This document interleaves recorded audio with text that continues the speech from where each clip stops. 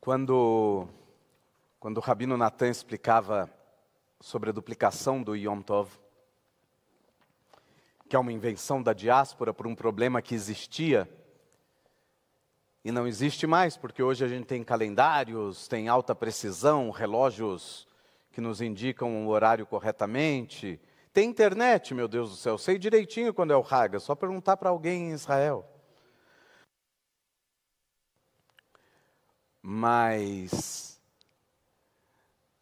teve uma fala que me chamou muito a atenção, porque, de fato, a duplicação do Yom Tov é uma invenção da diáspora.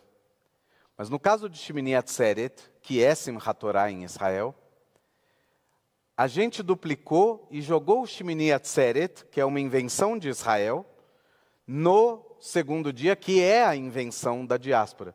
Mas em algum momento, você falou, esse oitavo que é uma invenção da diáspora. Na verdade, não o oitavo justamente é o original. Mas a invenção teve que ser com relação a Haftarah. E eu fiquei pensando, como que esse Hag, que é o mais simples dos Hagim, porque ele não tem explicação nenhuma, um monte de mitzvot ligadas a ele, não tem.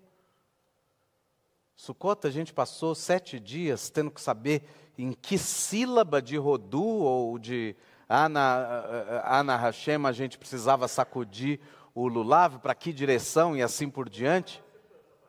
Está vendo? O Avi acertou direitinho essa parte hoje, com o lulav, não foi? Muito bem. A gente passou com esses detalhes de mitzvot. Pesach é uma festa cheia de detalhes também. Shemini Atzeret não tem detalhe nenhum, não tem nenhuma mitzvah específica, é um dia tranquilo. É um dia que a Torá não fala nada. Mas explicar esse Hag é de longe o Hag mais difícil de ser explicado. Quando eu dou aula sobre Shemini Atzeret Simchat Torah, eu vejo as pessoas tendo uma dificuldade, você tem que desenhar quase, literalmente, você tem que colocar mesmo num PowerPoint, ou desenhar na lousa o que é o que, onde fica o que, e por que o que acontece em que lugar, né, em Israel e na diáspora e assim por diante. É um Hag complexo de ser explicado. Assim como é complexo a gente lidar com a ausência repentina de alguém.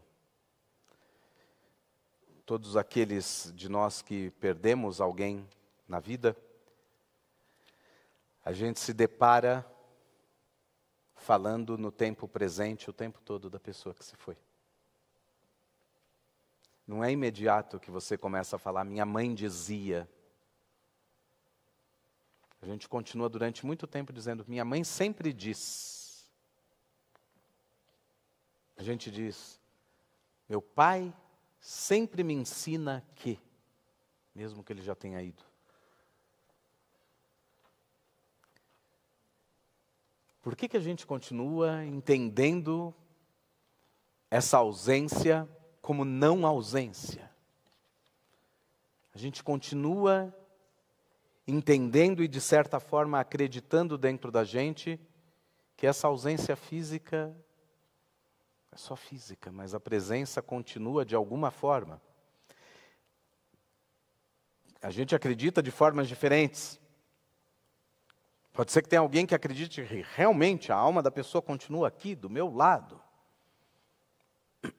Pode ter aqueles que acreditam que não, a alma foi para outro lugar.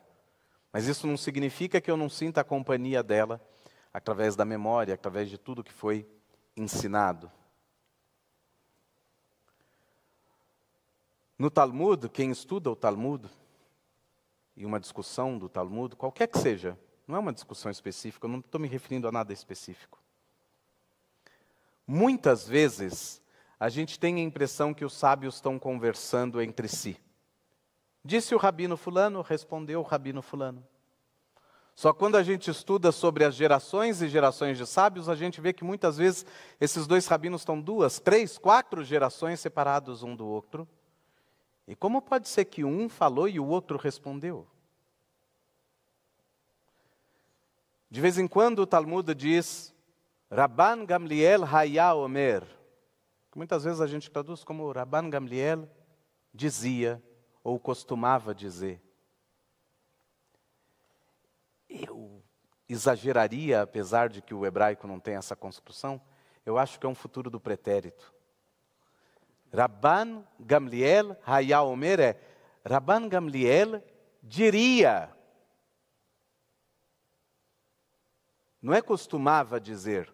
Porque ninguém pode, depois de tantas gerações, saber o que ele costumava dizer ou não. Nem tudo foi registrado. E nem é dizia, porque várias gerações já se passaram, a gente já não sabe se ele dizia aquilo de fato. Mas é diria. Porque de acordo com aquilo tudo que a gente recebeu, que é atribuído ao Rabban Gamliel, no caso,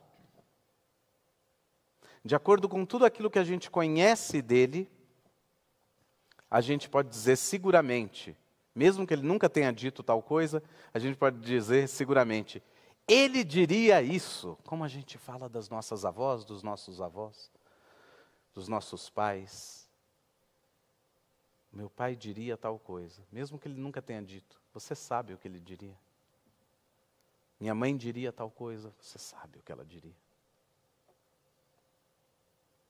Porque você viveu a intensidade da vida com essas pessoas. E no momento da ausência, no momento do fim daquela sucá, quando aquela sucá já não é mais alcançável, mesmo que ela possa ser sentida ali,